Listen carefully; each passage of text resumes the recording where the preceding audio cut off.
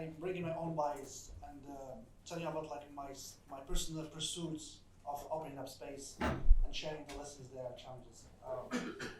So I carry a few multiple hats. I'm an activist myself, and I started as an activist. Then I found out that I couldn't work by myself, so I joined NGOs in Morocco. So I'm the executive board of Transparency International Morocco and the Human Rights Organization of Morocco. And then I thought there is a need for something more intellectual, like a think tank. So I founded that research center at the University of Casablanca. And I said, yes, we need something that does more like evidence-based and more thinking behind it. And we also, I also thought like we need, there is a gap and we need to sit with the governments and have a dialogue. So basically, what I'm going to share is the story for the last 6 or 7 years of trying to create spaces for dialogue. And then today we're thinking, well, dialogue is not enough, but what we are really looking for a dialogue for impact. So it all started back in 2011, 2010. It was the Arab Spring in Morocco, Tunisia, and other countries. There were people on the street asking for basically getting their voices heard, which is, in other words, like we need dialogue. Back then, what we did, basically, my team and I, we created an online platform. Before that, like the biggest claim or demand of citizens in Morocco was we need a new or a different social contract. We need a different contract between citizens and the governor. And what that meant, basically what it means in Morocco, is we need a new constitution. And so there was street protests, people asking for a new constitution. So the concern we had was like, well, maybe we're gonna have a new constitution, but how can we guarantee that that constitution reflects the demands of citizens? So it's not just the fact that we have a new one, but also the fact that that one reflects what people wanted. So we created back then a platform. We published the text of the constitution, and we asked basically citizens to get their opinion about each article. They like it, they don't like it, they have a comment about it, they have a proposal, and it gets other people to comment and vote on proposals. So in a way, we crowdsourced the drafting of the constitution. So in 2 months, we got like 200,000 people to participate on the platform. We get around 10,000 comments, which is huge for a population of 30 million, and the population of 50% is illiterate. So in a way, we got like more people on that platform that people voted for the majority party in elections. We got asked by the Constitutional Drafting Committee to submit our findings. So in a way, we kind of participate, or those people participated indirectly in drafting the new constitution. When we look basically forward, when we compare what our recommendations were with the new text of the constitution, we find around 40% of the recommendations exist today in the constitution.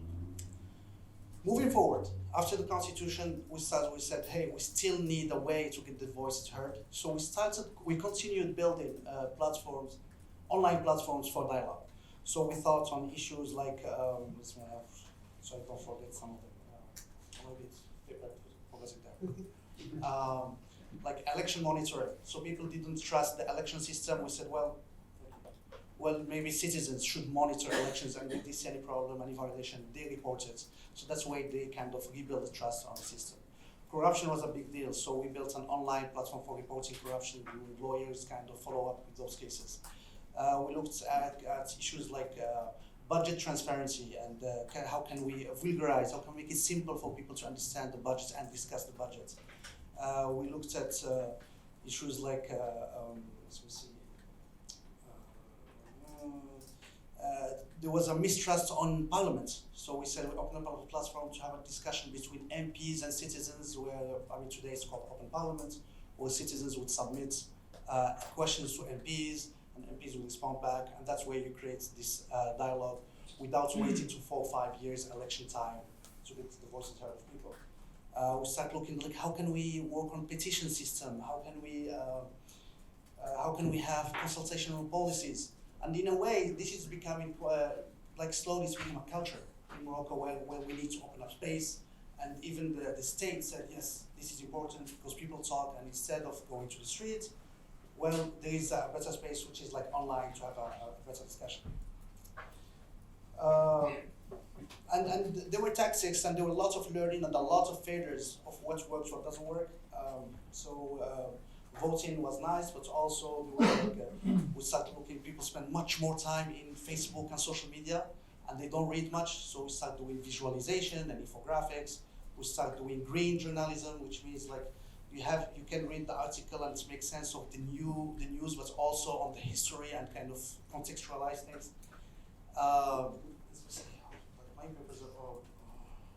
So the next step, basically for us, was okay. It's nice to have these online spaces, or to have this dialogue, but we need to make it institutional. So it's not just a wave, like, oh my God, because there is a pressure on the streets, so they let us basically do this dialogue.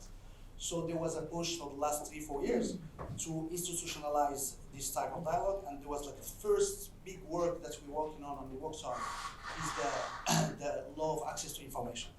It's Freedom of Information Act, which actually was like a pillar of the real dialogue. Because if you don't have access to information, really, you cannot really have a meaningful input.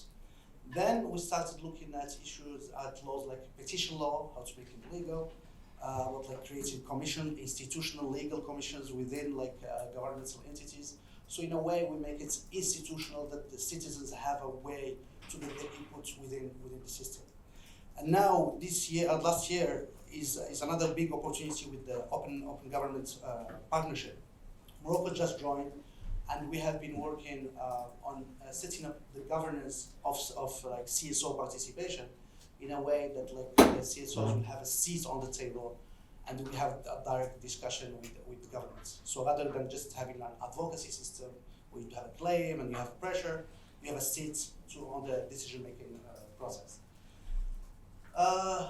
Quickly, like some of the challenges, like there are a lot of challenges on the place. It may look like an easy road, but one of the biggest challenge we have is like in a country like Morocco, there are red lines, so it's not like a completely free country.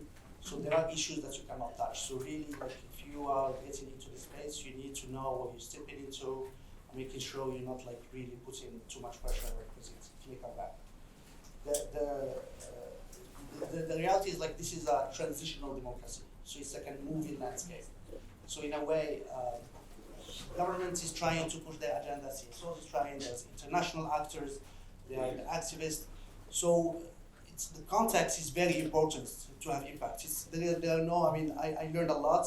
Like we had this discussion yesterday, but there is no like a copy-paste model.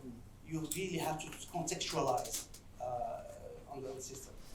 The third and biggest challenge is awareness. It's a country where there is high illiteracy, and even literacy is relative. So I can share with you an example where we had like a consultation on the penal law. We said, hey, penal law is like another very meaningful topic. The penal law is a criminal law, where it is like crimes and punishments are defined in the law. In a way, it touches directly the citizen. So you say, this is something that we can do it as a social contract. We agree what a crime is and what would be the punishment for that crime. But then when we open up the discussion, we got, statistically it was interesting. We got like 60,000 participants on the topic. But then the input was scary because people were like, we don't trust the state. We don't trust the courts. We need to go back to Sharia, which is like an Islamic law. We don't need. So in a way, when you start going down you start discussing kind of more elaborate topics, you start getting clashing with the level of awareness. So there is this kind of dilemma of, it's classical, at least in our discussion back in Morocco, it's like how much democracy, or like how much awareness do we need to have a real democracy? Or the question we ask, are we ready for democracy? So in a way you can feel it when you start pushing some of this discussion. A simpler example would be trying to discuss taxes, taxes with normal citizens. Like nobody want to pay more taxes. The other challenge is the limits, basically, which is the limits of this collective intelligence, the limits of doing the crowdsourcing. Because we find out that really we need expertise on the room. So just like building decisions based on democracy, not enough, because we may have this counterproductive effort. So what we're working on right now is basically trying to combine between collective intelligence and what you call data-driven or evidence-driven intelligence. But also we're trying to even push it a little bit to AI intelligence and how to basically get automated type of decisions based on data, based on statistics, etc. So we're exploring this type of model.